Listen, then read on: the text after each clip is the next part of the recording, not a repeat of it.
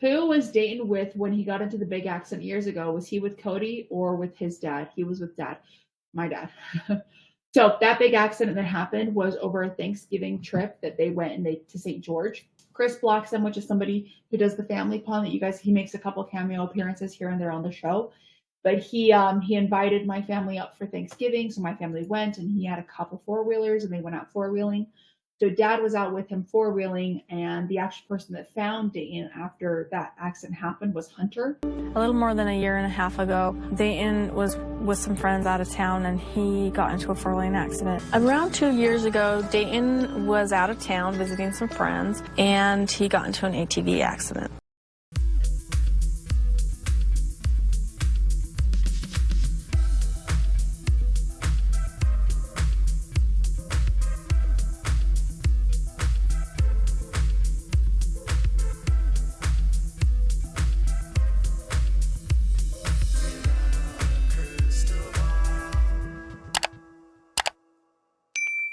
Hey friends, it's Katie from Without a Crystal Ball. Welcome back to my channel. It's Wednesday, October 25th, 2023. I hope all of you are having a wonderful day. And we are in the middle of Sister Wives season 18. So if you're always here for other content, I am so sorry. Every day it's something new. And today it is Mykelti. Mykelti. So yesterday we talked about Gwendolyn and Gwendolyn's Patreon and how Gwendolyn was slamming Christine. And Mykelti last week called Robyn a liar. Yeah. This week, she proves accidentally that Robyn is a liar.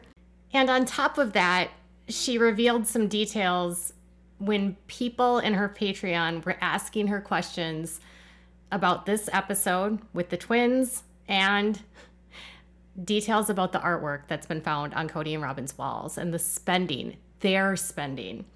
That's right. A couple weeks ago, Mykelti revealed that Robyn has a shopping addiction. And this week, she details the artwork that has been a social media mystery because somebody on TikTok pulled up the art that they found on the walls in Kody's house. And they said that the art was Vladimir Kush artwork and that these paintings were really expensive.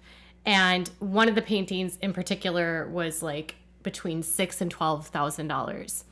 And they had numerous paintings by him with an estimated $25,000 to $35,000 of art on their walls. And Mykelti says that artwork is real. And you'll have to find out why Kody collects this. So let's dive into the topic. Before we do, can you please do me a favor and give this video a thumbs up? And make sure to click the subscribe button if you haven't subscribed yet, and click the notification bell so you never miss a video. All right, so one of the biggest mysteries of the show was an ATV accident that involved Dayton way back in 2012. The accident was never on the show, but Kody and Robyn spoke about it on the show a couple different times. One, when the family went ATV riding and Dayton was nervous to get back onto an ATV, and Robyn had mentioned that Dayton was out of town with friends and had gotten into an ATV accident. Another time he was on the show again where they talked about surgery that he would need to repair his eye because the accident caused damage to his eye socket and significant scarring on his face. And they were going to get Dayton into a plastic surgery so that he could open his eye better. The accident was really elusive. And in 2014, when a fan asked Robyn whether or not Dayton had Horner's syndrome, which is what would cause apparently drooping to an eye, she said, no, Dayton was in an ATV accident that he requested we not cover this story on Sister Wives. He is doing great. Now, I'm trying to imagine a world where a child can say that they don't want to cover an accident. This would have been 2012. It would have been the height of the seasons. Very early on, people still thought this was a decent family. Kody was still conning people, well, at least some people. And at this point, we had seen a birth, multiple births. We would see Truly eventually end up in the hospital with acute kidney failure. But when Dayton ends up in an accident that is significant and impairs his visual appearance, they don't cover it. And she says it's because Dayton didn't want it on the show. Now, I suspect he probably didn't want it on the show, but they put it on the show because they talked about it multiple times. And on top of that, they did his surgery as part of an episode. So they did talk about it. They just didn't share the details about it. And they made it seem, at least to fans, that this had happened to Dayton when he wasn't with his parents and that he had just gone out of town with friends. And that's kind of what happened. Well, this allowed people to believe that he must have been out of town visiting his dad. Because when you talk about a 12 or 13-year-old going out of town to visit friends, you're like, where would a 12 or 13-year-old go out of town for? Like, and who is he visiting? And why is he by himself?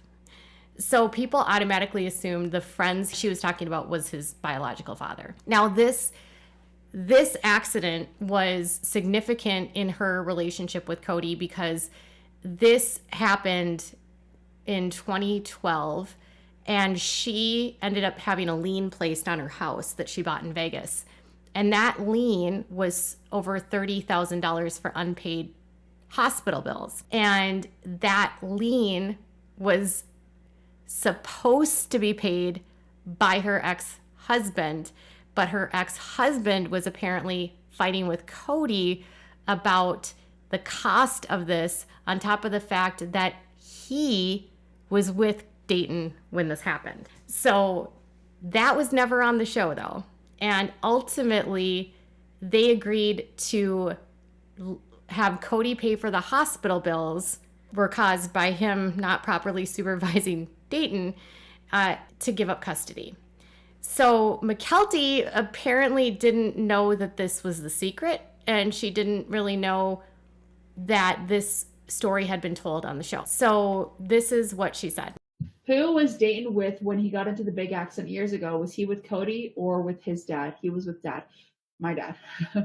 So that big accident that happened was over a Thanksgiving trip that they went to St. George. Chris Bloxham, which is somebody who does the family pond that he makes a couple cameo appearances here and there on the show. But he invited my family up for Thanksgiving. So my family went, and he had a couple four-wheelers and they went out four-wheeling. So dad was out with him four-wheeling, and the actual person that found Dayton after that accident happened was Hunter. But yeah, it was with my family over a Thanksgiving trip. Okay, so her first story here is that it happened over Thanksgiving. They were invited out to this property in St. George, which is like an hour and 45 minutes away from their house in Las Vegas. And they're out on an ATV. He's with Kody, she says. And he ends up getting into an accident. And I told you a couple months ago that he drove into a barbed wire fence. And he wasn't being supervised by Kody. And he was an inexperienced driver. She is very clear that he was out driving with Kody. And he gets into the accident. And it's over Thanksgiving. It's at a friend's house, St. George. Now, he was in the hospital in Las Vegas. So I'm not sure after an hour and 45 minutes how they would transport him to a hospital in Las Vegas, because there's a hospital in St. George. But so that's her original story. When some people in the comments started asking more questions about this, they started cluing her into it that it wasn't the way that Robyn had described it on the show. And then she changes a little bit of her story. Wait, are we talking about the same crash? I feel like they're referencing a different crash. The crash that was on the show is the crash that Dayton had on the four-wheelers. I don't know. They all say a different crash. No, it's a different crash. David seems like a show that he is. What did Robyn say? I can't remember. Was with his bio father. Dayton was with his friends out of town. Okay, then I don't know what crash you're talking about. I'm not sure. I'm talking about the scar that he got like his on the eye gouge. The eye gouge, the one that he has down here. That scar. That's the one I'm talking about. I don't know which crash you guys are talking about. Then sorry. Oh, they are okay. They are talking about the same one. Okay, yeah, the crash that I remember happened over Thanksgiving in St. George. They were going through something. Dad might have not been at the actual crash, but he was with my family when it happened. Hunter had to put his face back on, basically. So she was adamant that Dayton was with Kody, and adamant that it happened with Kody, that they were out and he got into the accident. Adamant. And then when people start asking her about Robyn and how Robyn said that he was out of town with friends and wasn't he with his biological father, and they're confused thinking they're talking about some other crash, and she realizes that it's the same crash, she kind of changes the story and is like, well, I don't know if he was with my dad.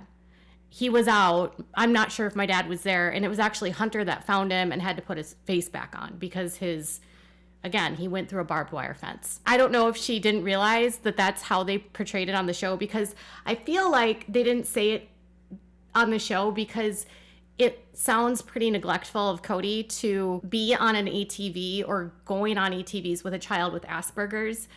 And this would be autism spectrum disorder. And she has been very clear that he needs help and assistance when he does different activities. And so if he's an inexperienced driver and he also has autism and he maybe has not ever been on an ATV before, it could be very easy for him to potentially get hurt if he isn't properly supervised. So Kody isn't supervising him and he ends up driving into a barbed wire fence. So initially it's my dad was with him to, well, if this is what Robyn said on the show, and that's not what she said, but then it's, well, I don't know if my dad was with him. A lot of people like to cover for Kody. And I honestly think it was never depicted the way it is on the show because they were like intentionally leaving these details out. And they were not telling Preston Jessup, his dad, about what happened. During this period, through court records, when she was trying to go get the adoption, she filed all of these documents proving that Preston was a horrible dad. And it didn't really prove that, but whatever. And on the day of the accident, she just says he got into an accident. She doesn't tell him what happened. She just said he was with friends. And I told you a couple months ago that his niece told me that she wouldn't answer questions about who he was with. She wouldn't answer questions about what happened, how it happened, where it was. Because honestly, if you're on an ATV and it's on someone's property and there's liability, right? So they could have potentially sued the person that's ATV it was. They could have sued their friend. The dad could have sued Kody. And when Preston had custody of the kids months later, he asked Dayton about it. But ahead of that, Robyn asked him not to talk to him about the accident, which is ridiculous.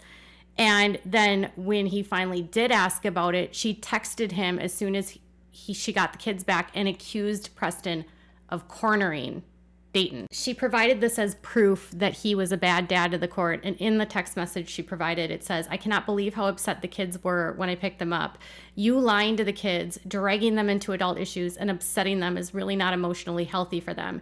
If you need to know anything about Dayton's accident, you just need to ask me, the parent. You never asked me or anything or called to check on him," which is false. She literally called him the day of the accident and spoke to him. And she said, "He said you were cornering him and kept twisting his words. So did Aurora. Our parenting plan states that we are supposed to not drag them into adult issues.